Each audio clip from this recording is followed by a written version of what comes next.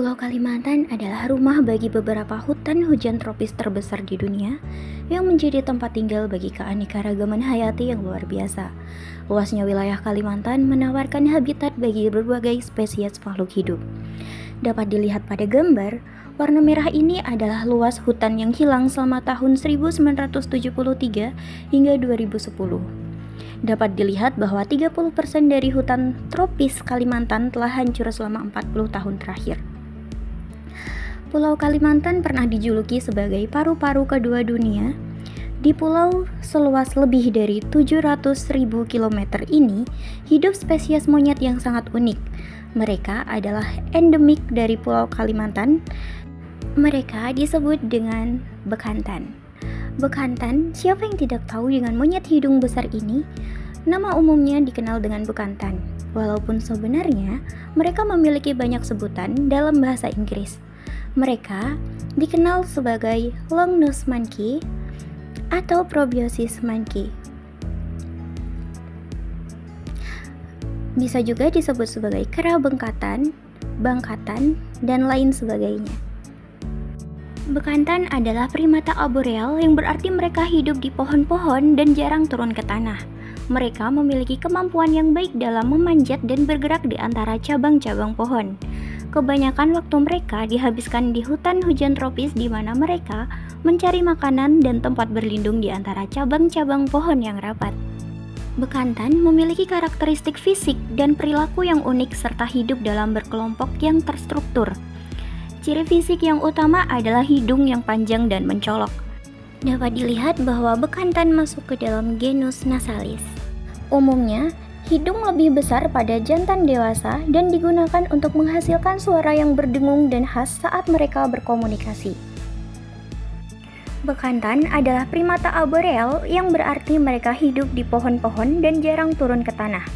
Mereka memiliki kemampuan yang baik dalam memanjat dan bergerak di antara cabang-cabang pohon. Kebanyakan waktu mereka dihabiskan di hutan hujan tropis di mana mereka mencari makanan dan tempat berlindung di antara cabang-cabang pohon yang rapat. Hal inilah yang menjadi faktor utama mengapa Kalimantan, terutama pada Kuala Samboja, merupakan salah satu habitat utama bagi bekantan. Selain karena habitat hujan tropisnya, bekantan biasanya mendiami daerah yang dekat dengan air seperti tepi sungai atau rawa-rawa. Kuala Samboja, seperti banyak bagian Kalimantan lainnya, memiliki sistem sungai yang cukup luas, menyediakan sumber air yang penting bagi bekantan.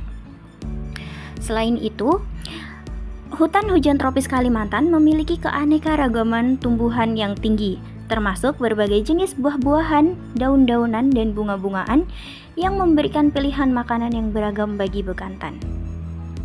Contoh makanan yang tersedia adalah pidada merah dan juga pohon rambai. Seperti yang dapat dilihat, bekantan hidup dalam kelompok sosial yang terstruktur yang terdiri dari beberapa individu yang saling terkait. Kelompok-kelompok ini dipimpin oleh seekor jantan alfa yang dominan. Kelompok tersebut terdiri dari beberapa betina dewasa, anak-anak, dan beberapa jantan subordinat. Kelompok bisa terdiri dari 6 hingga 30 individu tergantung pada kondisi lingkungan dan ketersediaan sumber daya. Kelompok yang terdiri dari beberapa jantan dan beberapa betina bersifat multi-male atau multi-female. Namun setelah dilakukan penelitian dalam jangka waktu yang panjang, menunjukkan bukti yang baru bahwasanya terdapat dua jenis kelompok bekantan. Yang pertama adalah one male group atau disingkat OMG, yaitu kelompok yang terdiri dari satu pejantan yang merupakan pemimpin kelompok, dan sisanya adalah betina dewasa dan anak-anaknya. Selanjutnya ada kelompok all male group atau AMG yang berisi bekantan jantan remaja. Di sini dapat kita lihat terdapat beberapa bekantan yang memiliki perut yang membuncit. Hal ini dikarenakan sistem pencernaan mereka yang masih kompleks.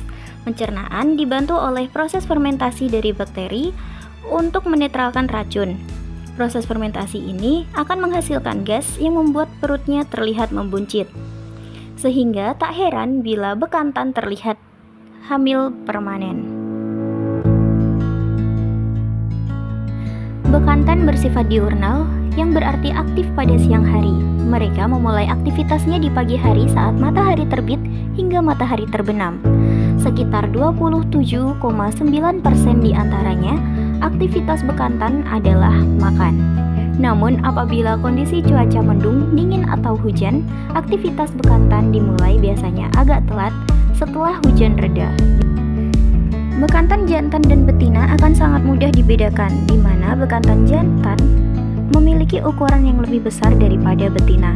Jantan memiliki berat 16 hingga 22 kg dan berat maksimum yang diketahui 30 kg.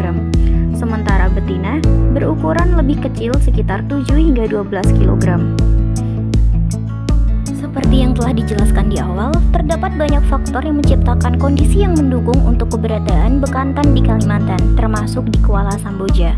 Dengan memahami pentingnya habitat-habitat ini untuk melindungi populasinya, maka dibuat beberapa kawasan konservasi sekitar 4,1% di habitat Kalimantan. Perlindungan habitat ini tidak hanya bermanfaat bagi bekantan, tetapi juga untuk keanekaragaman hayati secara berkeseluruhan.